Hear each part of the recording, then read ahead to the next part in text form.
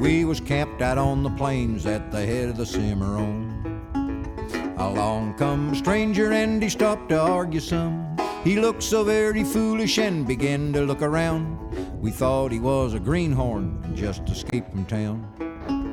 We'd asked if he had had breakfast and he had not had a sniff. We opened up the chuck box and told him help himself. He took a little beefsteak, a biscuit and some beans, and he then begun to talk about the foreign kings and queens. He talked about the Spanish War and fighting on the sea, with guns as big as beef steers and ramrods big as trees. And he talked about old Paul Jones, a fighting son of a gun, and he said he was the grittiest cuss that ever pulled a gun. Such an educated feller, his thoughts just come in herds. He astonished all us punchers with his jaw-breaking words. He just kept right on talking till he made the boys all sick, and we began to look around for how to play a trick.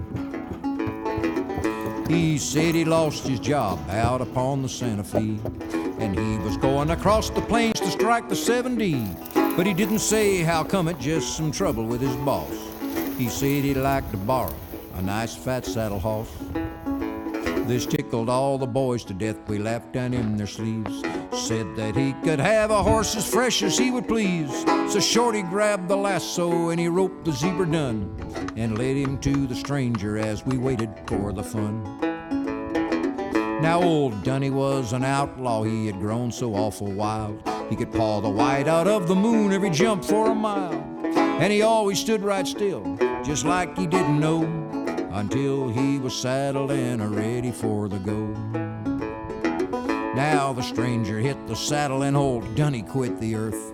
He went straight up in the air for all that he was worth, a bawling and a squalling and having a wall-eyed fit, with his hind feet perpendicular and his front ones in the bit. Now we could see the tops of trees beneath him every jump. The stranger, he was growed there just like a camel's hump. And he sat up there upon him and he curled his black mustache just like a summer boarder, a-waiting for his hash. Now he thumped him in the shoulders and he spurred him when he whirled. He showed us flunky punchers, he's the wolf of this old world. And when he had dismounted once again upon the ground, why, we knew he was a thoroughbred and not a gent from town. Now the boss, he was a-standing and a-watching all the show. He walks right up to him and he asked him not to go.